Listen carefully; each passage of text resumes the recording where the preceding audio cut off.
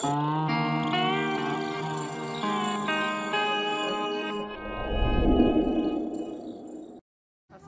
warahmatullahi wabarakatuh. Kembali lagi dengan saya Ahmad Bustanul Arifin. Pada kesempatan kali ini saya akan menjelaskan bagaimana langkah-langkah untuk penerbitan NUPTK bagi guru ataupun bagi PTT di lembaga. Karena masih banyak guru yang datang ke saya untuk menanyakan perihal tentang penerbitan NUPTK ini. Sedangkan untuk NUPTK itu sendiri bisa diakses atau bisa diusulkan pada aplikasi Verval PTK di akun operator sekolah.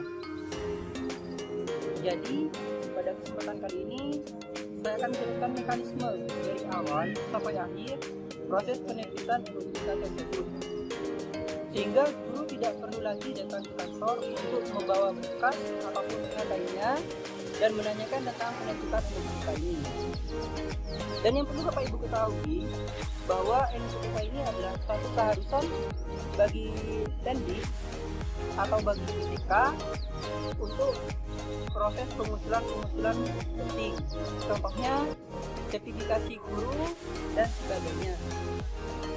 Jadi mohon bantuannya untuk bisa nge-share guru yang lain agar mengetahui langkah-langkah untuk penerbitan NUPTK ini. Tapi Bapak Ibu jangan lupa like dan subscribe channel saya, sehingga saya dapat memberikan informasi lebih lanjut tentang kepegawaian, tentang operator dan perihal lainnya. Mohon berikan komentar apabila ada kesalahan dalam penyampaian video ini ataupun dalam pengeditan data. Mari kita simak video berikut ini. Sebelum Bapak Ibu masuk pada Verval PTK akun operator Dapodik, alangkah baiknya Bapak Ibu di sini mengetahui bagaimana mekanisme penerbitan NUPTK. Jadi Bapak Ibu bisa ke halaman gtk.data.kemdikbud.go.id. Di situ sudah ada mekanisme dan surat edaran tentang penerbitan NUPTK. Bagaimana mekanisme penerbitan NUPTK? Yang pertama adalah satuan pendidikan menginputkan data melalui aplikasi Dapodik. Kemudian setelah operator Dapodik menginputkan data Bapak Ibu, maka operator Dapodik tersebut akan sinkronisasi aplikasi Dapodik. Kemudian PDSPK melakukan verval dan validasi data PTK. Bagi PTK yang sudah memiliki NUPTK, maka akan dilakukan pencocokan data. Sedangkan bagi PTK yang tidak memiliki NUPTK, maka akan ditindaklanjuti, yaitu pencarian lanjutan. Kemudian pada PDSPK akan dilakukan verifikasi dan validasi data PTK. Dan setelah itu PDSPK akan mencocokkan data NUPTK. Jika data NUPTK itu valid atau memiliki NUPTK, maka akan dilakukan pencocokan data.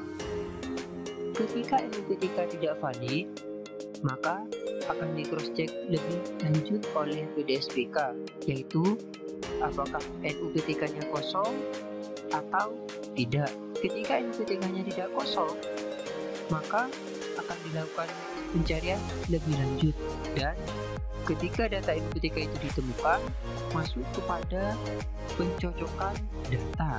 Sedangkan jika NUPTK-nya itu kosong, maka akan langsung menjadi calon penerima NUPTK.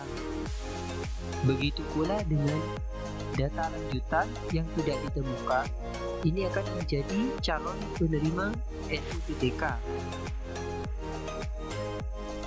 Setelah menjadi calon penerima NUPTK, maka data ini akan dikembalikan lagi pada satuan pendidikan untuk divalidasi. Nah, dari mekanisme penerbitan NUPTK tersebut, kita sudah dapat menyimpulkan ketika kita tidak memiliki NUPTK, maka otomatis akan diarahkan sebagai calon penerima NUPTK. Biasanya bagi guru baru atau bagi PNS baru itu perlu pengusulan NUPTK dengan syarat sudah masuk pada aplikasi Dapodik dan diinputkan PTK-nya oleh operator. Mari kita simak bagaimana cara untuk penerbitan NUPTK bagi NUPTK yang kosong. Langkahnya adalah operator akan masuk pada verval.ptk.kemdikbud.go.id/NUPTK. Kita klik. Nah, di sini operator akan mengisikan username dan password yang operator miliki. Setelah operator mengetikkan username dan password, kemudian klik login. Di sini banyak fitur yang ada pada Verval Data PTK. Akan tetapi, saat ini kita fokus pada pengajuan NUPTK. Untuk fitur lainnya akan saya bahas pada video berikutnya. Kita masuk pada pengajuan NUPTK. Kita klik. Di sini akan tampil nama-nama calon penerima NUPTK. Daftar calon penerima NUPTK. Bapak Ibu bisa lihat di sini siapa saja yang berhak menerima NUPTK, yaitu sebagai calon penerima NUPTK. Kemudian kita arahkan ke kanan. Di sini muncul ajukan NUPTK. Jadi, operator akan mengajukan NUPTK yang sudah muncul di daftar calon penerima NUPTK. Misalnya kita klik Elizabeth, kita ajukan NUPTK. Di sini akan ditampilkan persyaratan apa saja yang perlu diupload pada alamat ini, yaitu ada SK penugasan, KTP, ijazah SD, ijazah SMP, ijazah SMA, dan ijazah S1. Yang perlu diperhatikan di sini adalah file PDF yang kita upload. Pada masing-masing persyaratan ini berbeda ukurannya. Untuk SK penugasan dibatasi 2 MB. Untuk KTP 1 MB, ijazah SD, SMP, dan SMA, SMK maupun S1 itu sebesar 1 MB.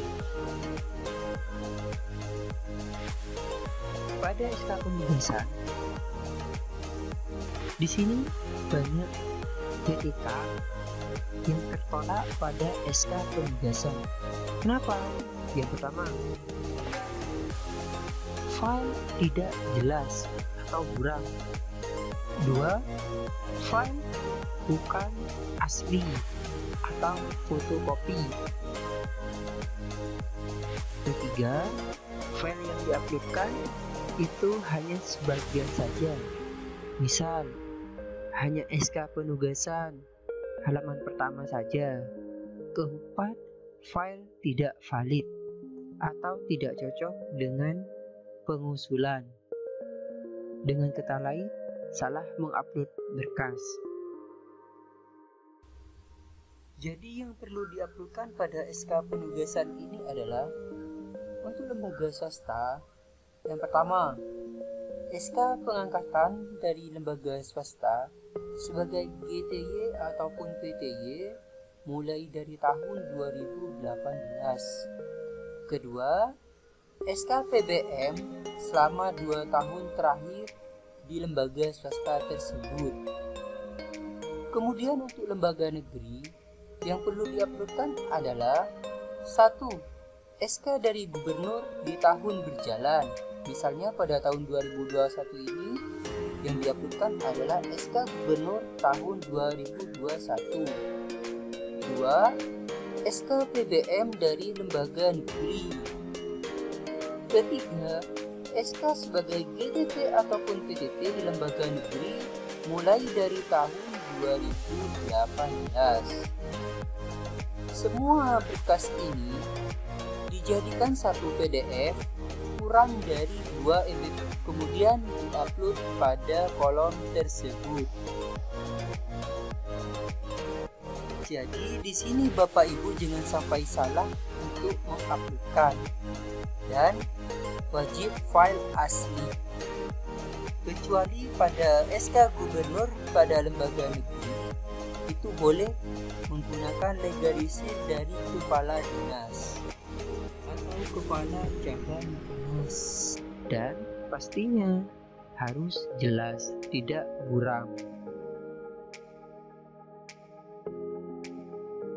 Pada KTP, sama seperti SK pengangkatan, file harus jelas. Ijazah juga seperti itu. Ijazah dan transkrip dijadikan satu PDF, kemudian diupload di masing-masing poin di sini. Setelah semua berkas Bapak Ibu upload, maka Bapak Ibu bisa melakukan usulan ajukan NUPTK. Disinilah Bapak Ibu harus bersabar untuk menunggu proses pengusulan NUPTK tersebut. Dan operator bisa mengecek langsung pada status pengajuan NUPTK. Di sini akan muncul status ajuan NUPTK-nya. Antriannya masih diajukan sekolah atau ditolak oleh dinas. Jadi sangat mudah sekali untuk pengajuan NUPTK ini. Bapak Ibu tidak perlu datang ke dinas untuk membawa berkas banyak, kemudian minta di-approve-kan. Jadi cukup melalui verbal PTK ini, NUPTK Ibu akan diterbitkan. Sekian video dari saya.